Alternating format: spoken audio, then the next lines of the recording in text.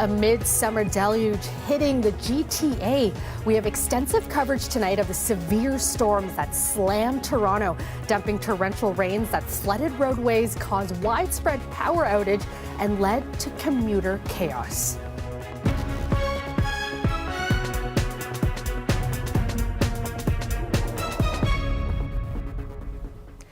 Good evening, I'm Kelda Yoon. Environment Canada says more than a month's worth of rain fell over a short period of time, close to 100 millimeters in just a few hours. It left tens of thousands of people without power, and with floodwaters gushing into subway stations, many commuters were left stranded. Union Station was completely flooded, leading to widespread delays and cancellations both on the TTC and on GO trains. A service has since been mostly restored, but officials are warning travelers that delays and disruptions are still possible.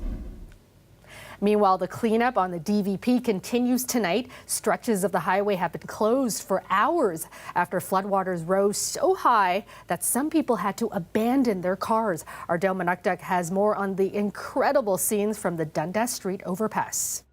It's really become quite a scene, a tourist attraction of sorts. People are coming here. You can see the crowd behind me. They're taking photos. They're taking selfies. Let me show you what they're looking at. Here's the DVP right now. You can see that it's flooded on both sides, southbound and northbound, and there are still several cars that are partially submerged in the water. Now, it's gone down quite a bit. At one point, the water was up to the windows of some of those cars. Now, on the west side of the Don Valley Parkway, or the left side of the screen for our viewers, you can see the Don River, and that's what's causing the spillover onto the highway. We were seeing some large trees floating by earlier. Now, these cars, Kelda, on the Don Valley Parkway aren't the only ones that are in trouble. Let me show you the south side of the street. Over here, there's a luxury car dealership. You can see the logos at the top: Bentley, Rolls-Royce, Bugatti, Aston Martin, Lamborghini, Land Rover. That dealership has a parking lot that is below ground level, that's to the east of the Don Valley Parkway, and it was also flooded. Now, there are some questions about why the Don Valley Parkway remained open for as long as it did. Mayor Olivia Chow was asked about that. Have a listen. I was assured that the emergency service and the management team have been activated early today, this morning, and we know the rain, we can tell it's coming. Maybe the severity of it caught people by surprise, I don't know, but it certainly caught other people by surprise. I had staff that had to go home because the houses are flooding, the ceiling are leaking. So I don't know why DVP wasn't closed. Now, some drivers had to be rescued from flooding on the DVP. In one case, a group was rescued from the roof of their car. For more on this and on how the emergency response unfolded through the day, we spoke to Toronto's Deputy Fire Chief. Here's part of that conversation. It was a busy day today, without question. So we're still going to be tallying up our numbers, but I can tell you we have responded to more than 500 emergency incidents since 6:30 this morning. During the height of the storm, we were averaging between 70 to 100 calls for emergency service, which is approximately 2 to 3 times our normal hourly volume. A variety of calls, as you said, we dozens and dozens of elevator rescues when buildings lost power. We had numerous vehicle collisions. We actually had a number of fires. We had a number of fire alarms activated because of pressure drops in sprinkler systems and with the power failure, and a number of water rescues. You've referenced the one where we showed up and there were a number of people on the hood of their car. I was personally at the rescue on the Don Valley where we rescued a dozen people from their cars in the Don Valley as the water was rising. The crews did an incredible job. They were able to get out to the water before it became too swift, provided devices to the occupants, set up a rope system to lead them out of the water, and then another rope system up the embankment, up a ladder, and then to the Dundas Street overpass. Happy to report no injuries. There was just another water rescue concluded about an hour ago where there was a building in West Toronto where the water level was described to be up to waist level. So we had to send in one of our rescue boats with specially trained firefighters off one of our squads to go in and rescue a number of people inside that building, 2 by 2, and happy to report they have all been removed. So very busy day for our staff. And whether you were on wheels or on foot today, getting around in any part of the city was a challenge. Greg Ross has that part of the story from the downtown core. It was a mess here with dark brown, murky water, almost like a river of it going under this underpass here that goes under these train tracks here. This is a well-known underpass, very old here, but I've never seen any problems like this before. But there is construction happening right here. It's been happening for the last several weeks. They're replacing the streetcar tracks here. I haven't been able to confirm that that's had anything to do with the storm drainage here, but I can tell you it accumulated quickly. When those torrential rains started coming down before noon this morning, it really accumulated here quickly. It was pouring down from the tracks on top as well as running in from the street because it's sloped into the underpass here, and it filled up. In fact, it got so high. There's a raised sidewalk on either side of this street here, and it got up over the sidewalk. So we had people that were trying to walk through there. They had about a foot of water that they had to walk through. Some braved it, some turned around and went back the other way. We saw bike couriers trying to get through there, some of them on electric bikes trying to drive through that. I saw one of those bikes at least get bogged down in the water. It was dangerous. They had to close it down at one point so people couldn't get through. And of course, it caused chaos for people trying to pass here. We did speak to some of the people who were here and witnessed it firsthand. I could have thrown like a fishing line out there or a little raft to get across. I've never seen anything like that before. That wasn't just the road, was it? No, it was everything. It was actually coming from the bridge itself. Like if you look down, it's actually the bridge is, it's just failed infrastructure in this city. Some folks in bikes going through, others got halfway through and turned back. It was pretty bad. The mayor and other officials held an emergency briefing at City Hall this afternoon to talk more about their response to the widespread flooding and power outages. They also touched on how we can prevent something like this from happening in the future. Arlene Harrison has more. So looking forward to the future, the mayor brought up how concrete can really impact these storms. She talked about how the city has lots of concrete, you know, in places like big surface parking lots and things like that. And when the rainwater hits that concrete, it kind of just runs off it elsewhere instead of being absorbed. So she's talked about how the city may need to look at having more porous surfaces, something like an interlocking brick, for example, where the water could be absorbed into the surface and into the earth instead of being kind of pushed and run off elsewhere. Where I'm standing right now is the reception area for the councillors' offices, and we saw kind of all throughout the morning and early afternoon people I guess staff here running in and out with buckets, blue bins, trying to basically contain some of the leaks that were coming from the ceilings.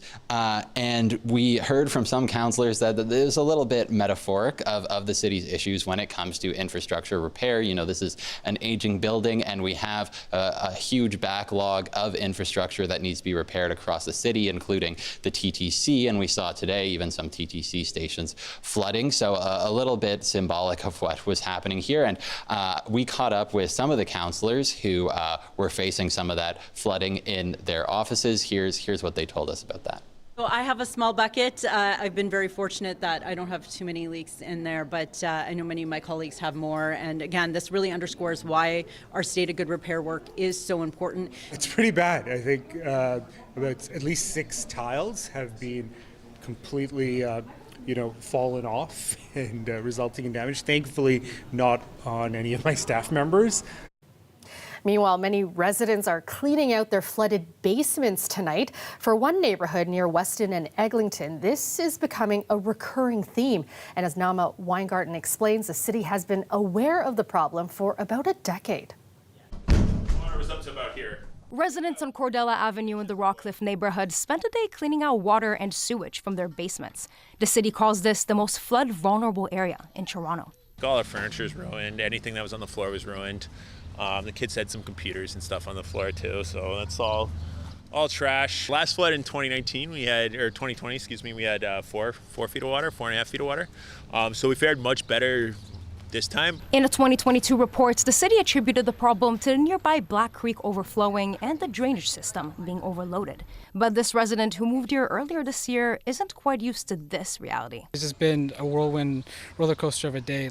No one wakes up expecting 7 inches of water in their basement. Our life has just kind of turned upside down, and we were not expecting this to happen. Now to the city, this issue isn't new. There was an environmental assessment of this area done about a decade ago. It revealed that the stormwater infrastructure around the nearby Humber River needs to be upgraded to handle overflow.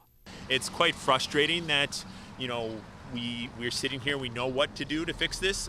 We would not have flooded today if they implemented some of the improvements in the flood study, but the city hasn't gotten around to doing it yet. At a press conference today, Mayor Olivia Chow said flooding around the city is likely to get worse. The climate change is real. We're seeing the impact of it. These kind of severe storm is going to increase, even double the number of days in the next 15 years. So it's very important that we look at mitigating these kind of effect. 2 years ago, the city passed a motion to compensate homeowners for damage from basement flooding, only in this neighborhood. This no-fault grant would mean that a Rockcliffe homeowner can claim up to $7,500 from the city if the damage exceeds that amount. As of last week, the city says no one has made a claim yet. Nama Weingarten, CBC. Welcome back. The LCBO and the union representing thousands of its workers are returning to the bargaining table tomorrow. In a statement released tonight, OPSEU said it will be presenting a plan to the LCBO on Wednesday with hopes of reaching a deal. This amidst a strike that has dragged on for almost 2 weeks now, with both sides fighting to get their message across. Queen's Park reporter Lorena Redekop has more on the battle for public opinion. The strike did not need to happen. A new TV ad by the LCBO is voiced by its president, George Saleas. We have come to the table with many employee-focused offers. But OPSEU walked away over where ready-to-drink beverages can be sold. Let's end this strike. OPSEU, it's time to respond to the offer and join us at the table. The union's most recent social media post shows the Premier and Galen Weston of Loblaws with bags of money, painting the province's planned changes to alcohol sales as only benefiting big businesses. The same message as an earlier video. Hello, poors. I may be rich, but I'm drowning in profits. Well, I think both sides are convinced public opinion is going to swing their way. So booze drinkers in Ontario should probably buckle up for a long road ahead. This Liberal strategist feels the union has the upper hand, given that these are relatively low-paid workers. Doug Ford has one weak spot, and is that people think that he is in the pockets of rich, wealthy folks that he does favors for. This employment relations professor feels the government has the advantage, since there are now more places to buy alcohol, and people aren't as inconvenienced anymore without the LCBO. Plus, the two biggest booze-selling days, May 2-4 weekend and Canada Day, aren't factors. There's only one large major holiday left, August 1st, which is a lot less. Government has no need to, I guess, acquiesce on their strategic goals. I think where they're willing to play ball is on these sort of shorter term, immediate concerns of the workers. He says the union's biggest fight is for future workers. If there will be all these other opportunities to buy alcohol, there will be fewer LCBO outlets and workers in the future. But current members probably aren't benefiting from the strategic war that the union is playing with the government. The fight for public support continues. The two sides are still not talking. Lorena Redekop, CBC News, Toronto. Serious gun charges fell apart last month when a judge found Toronto police used excessive force during a raid, questioned a man in a vulnerable position, and then tried to cover it up. It's unclear what the punishment will be, if any, for the 5 police officers involved, but some of them are responsible for teaching other officers. And as Bobby Hristova learned, some of these officers have previously been accused of lying in court. All right, who do we have here? So this is Omari Bent. That's video from Toronto Police's booking room, hours after arresting Omari Bent. The lesser-known rapper, whose stage name is O-Rock, was charged in 2021 after police found a Glock pistol and long gun in his condo. But the case against the 27-year-old fell apart in court last month after a judge found police violated his rights and tried to hide it. These court documents we obtained show how the police raid in the condo behind me unfolded and why the judge thinks the officers were misleading. During the raid, Constable Victor Ramita tasered the rapper. Police said he posed a threat. They also dragged him out of his unit with enough force to pull a dreadlock out of his scalp. Later on, they searched his white Rolls-Royce Ghost after he gave them the keys. But the judge found officers contradicted each other in court and wrote up misleading reports. Ramita's reports said Bent was armed with a hidden gun, even though he was shirtless and wearing swimming shorts. In testimony, Ramita offered a different story, saying Bent was reaching for a gun in a bag. The judge said that wasn't what happened. In her decision, she said the other officers also lacked candor, saying they couldn't remember if Bent had a shirt on, an effort to try and justify using the taser that, quote, belies any good faith. The judge also found Bent didn't offer up his car keys. He gave them to police while waiting to speak with a lawyer after they threatened to break the windows, a breach she described as, quote, serious. The judge said those were charter rights violations and acquitted Bent. Hillary Dudding was Bent's lawyer. If we can't count on the people who are enforcing the laws to uphold them, what does that do to anybody's respect in the law? CBC Toronto has learned one of the officers in the raid, Constable Chris Moorcroft, has previously been accused of lying in court by another judge. Constable John Zuris also had his credibility questioned in court before. Moorcroft and another officer in this case, Constable Victor Ramita, are teaching constables, tasked with instructing other officers in the Emergency Task Force, which deals with high-risk situations.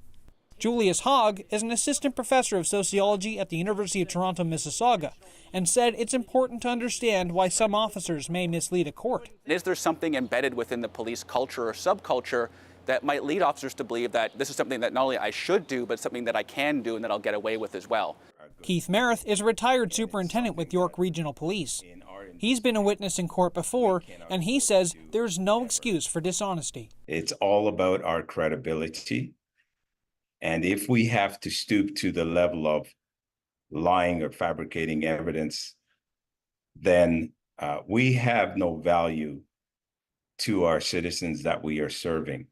Ontario's Ministry of the Attorney General declined an interview and to comment. Toronto's Police Association also declined an interview, but said in an email, testifying as a witness can be challenging, even for officers, and conflicting accounts aren't always intentional. Hours after CBC Toronto's investigation was published, Toronto Police Chief Myron Demkew shared his thoughts with Metro Morning about the situation. Obviously, I'm not satisfied. When I hear those kinds of comments, those are, of course, concerning to me as chief. They're concerning to every police officer. He rejected the suggestions the officers would not face consequences and said the officers involved are under investigation. Bobby Hristova, CBC News, Toronto. Today's severe rainfall also appears to have swept through Drake's mansion, located in one of the city's wealthiest neighborhoods. The Toronto rapper posted a video on social media writing, "This better be espresso martini." The severe storm left many of Toronto's streets flooded and 167,000 customers were without power at its peak. At last check, there's still about 37,000 people in the dark. Let's go to meteorologist Colette Kennedy now. And Colette, today's downpours wreaking havoc all over the city, but it's also been compounded by the wet weather we've been getting leading up to it. Yeah, that's exactly it, Kelda. So we had these layers of things that happen. I mean, the rainfall today alone, because it was nearly 100 millimeters, well, that's hard to contend with. But let's throw in some of the other factors we were looking at, like that the 6 days leading up to today, so not including today, were the wettest we'd seen in over 10 years, since about 2013. Okay, and then Monday, we had the type of storms, which are that high rainfall rate, short period of time, cluster storms. That was round one. And then today to get into another round of cluster storms on top of that. And these ones even worse. And so that's where we came out with that very significant amount of rain. But with what was there, the ground already saturated, already some higher water levels. And so you know what occurred with all of that coming in and exacerbating things. So if we look back at our temperatures from today, where those storms were really rolling through from about 9 a.m. to 2, kind of the worst of it in that corridor through the GTA. And those temperatures by 1 p.m. still down because of the rainfall or the remnants of it that were still in play at this point. And then as soon as it left and we got some sunny breaks, watch how in a short period of time that temperature really jumped up. And not only did we see some high 20s, but the humidex values went back to 36, 37. So we're still into